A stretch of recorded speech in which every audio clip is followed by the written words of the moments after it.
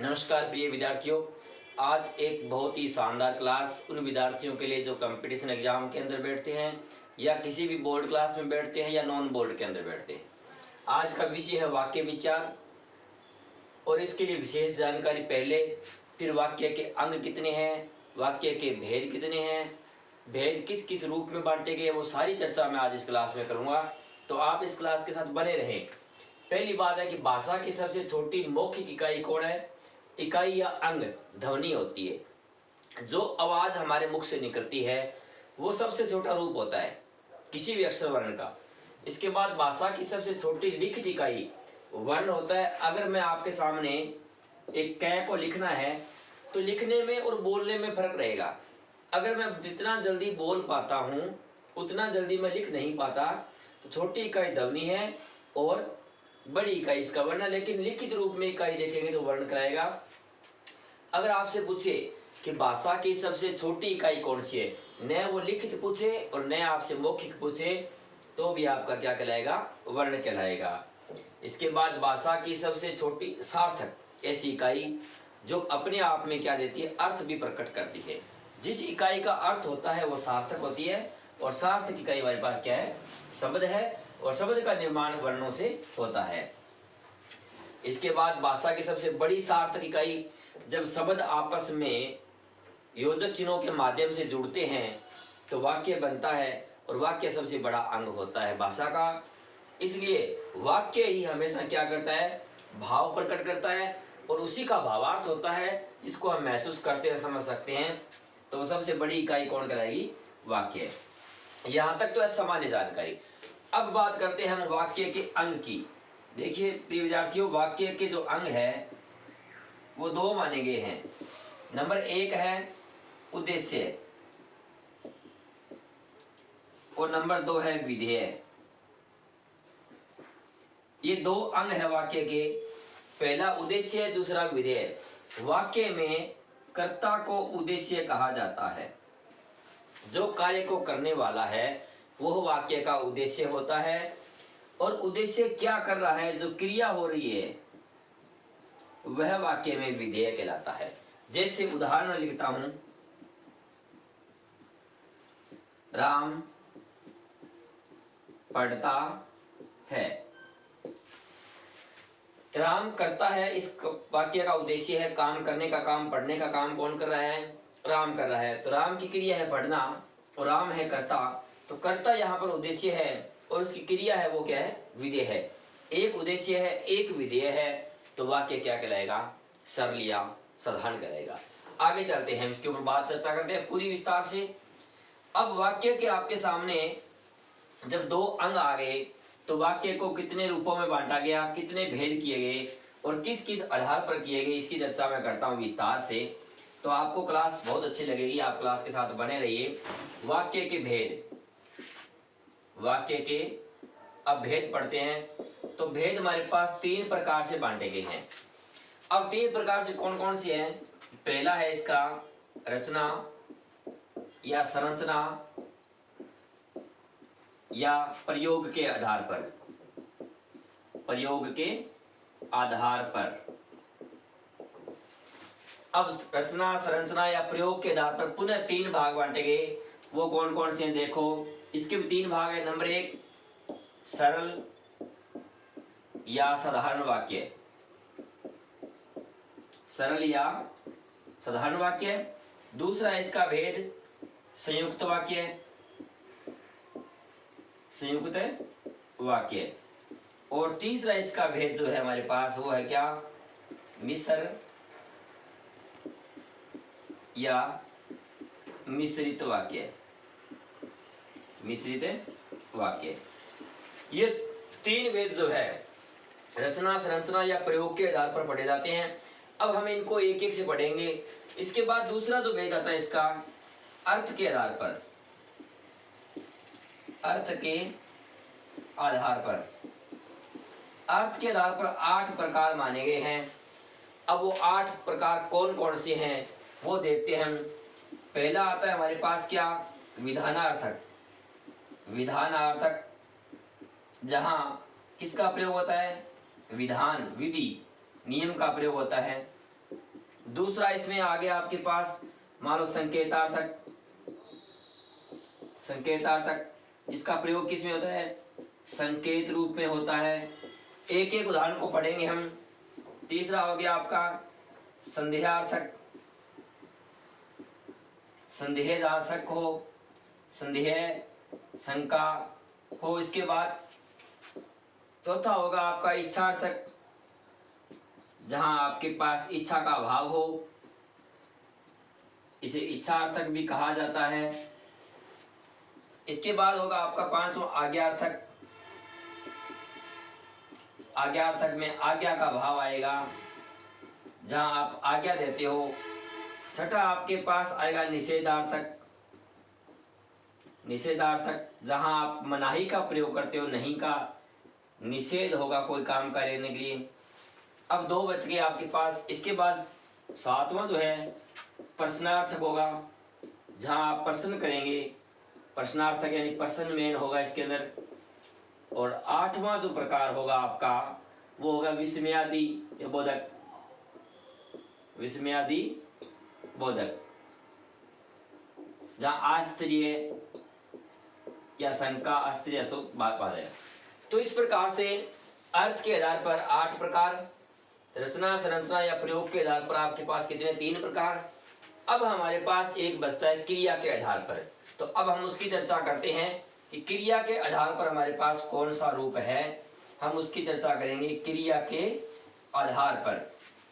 तो अभी आपको जो क्लास है ये पूरी चलेगी। एक एक टॉपिक को हम पुनः करेंगे और विस्तार से करेंगे। अगर ये आपको क्लास अच्छी लग रही है तो आप अन्य विद्यार्थियों तक पहुंचाएं इसको। अब तीसरा जो रूप है इसका वो क्या है हमारे पास? क्रिया के आधार पर। क्रिया के आधार पर कौन कौन से रूप आते हैं? वाच्य, तो कर्तृवाच्य,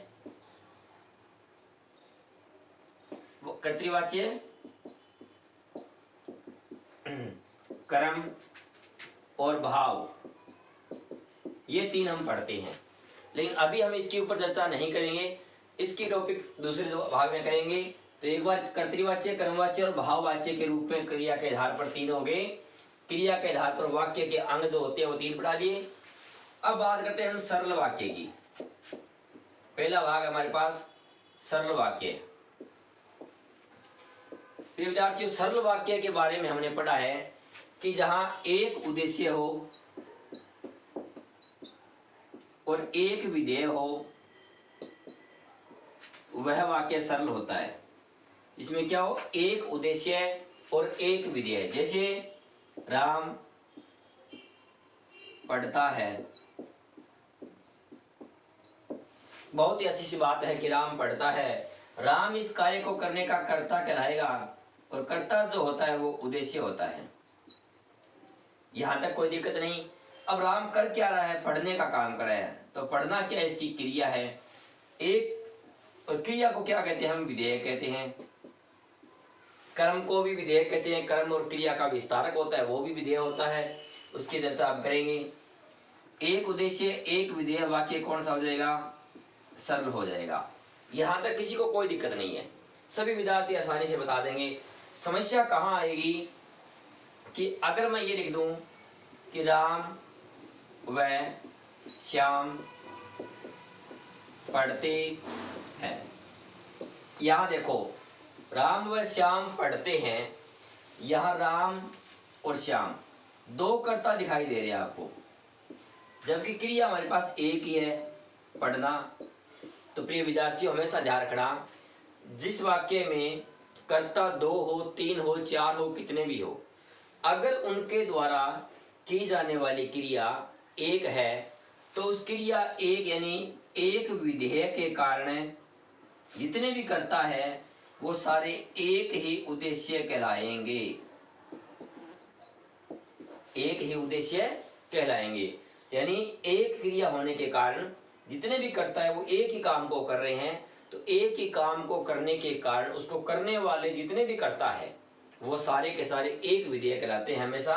तो एक ही उद्देश्य होने का कारण एक उद्देश्य और एक विधेय, ये भी वाक्य कौन सा है? सरल वाक्य है। अगर मैं इसी का एक और रूप लिखता हूं आपके सामने ताकि और अच्छे से समझ में आए। राम व श्याम पढ़ते व खेलते हैं। अब देखो यहाँ राम और श्याम दो करता है, जबकि पढ़ना और खेलना उनकी दो क्रियाएं हैं। अब ध्यान देखो, राम व श्याम पहले पढ़ते हैं, फिर राम और श्याम खेलते हैं।